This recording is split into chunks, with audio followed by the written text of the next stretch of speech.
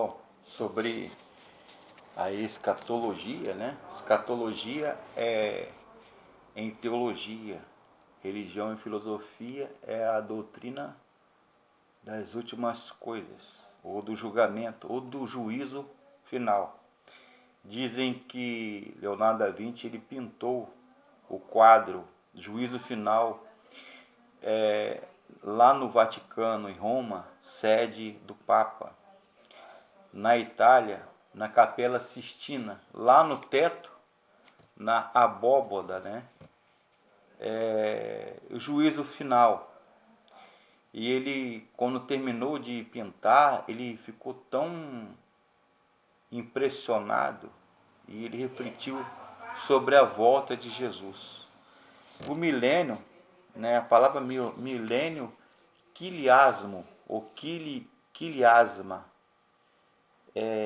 é o termo que é encontrado em Apocalipse capítulo 20 até os últimos capítulos do capítulo do Apocalipse, que eu vou falar sobre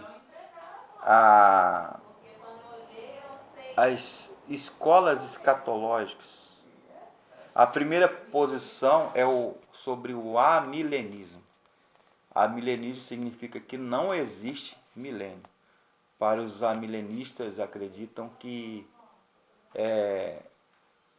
o milênio ele já está acontecendo simbolicamente, figurativamente, na história da igreja e da humanidade.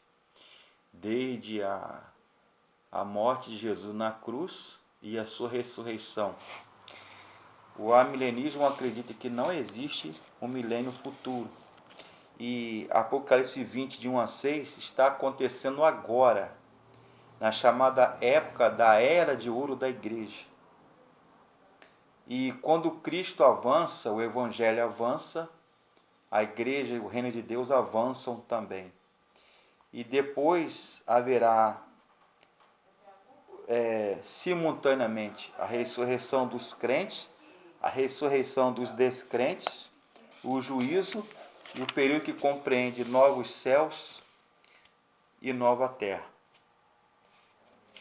O pós-milenismo acredita que Cristo vem após o milênio.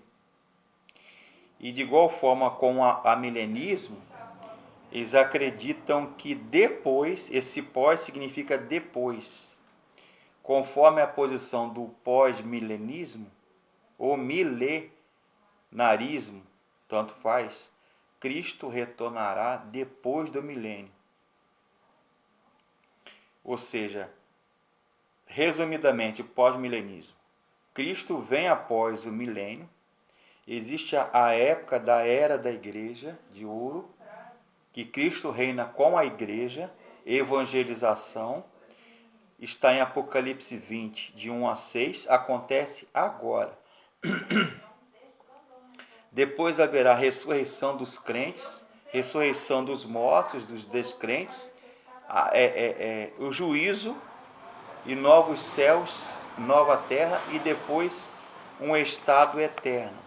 Conforme a posição pós-milenista, o progresso do evangelho, o crescimento da igreja se dará gradativamente, de modo a uma proporção cada vez maior da população mundial. E será composta por cristãos, pessoas regeneradas.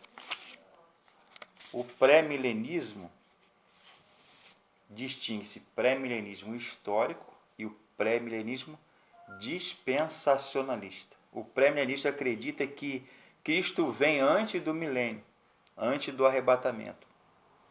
Junto com a era da igreja, ressurreição dos crentes, a terra renovada, depois o arrebatamento dos crentes para estar em contato com Cristo.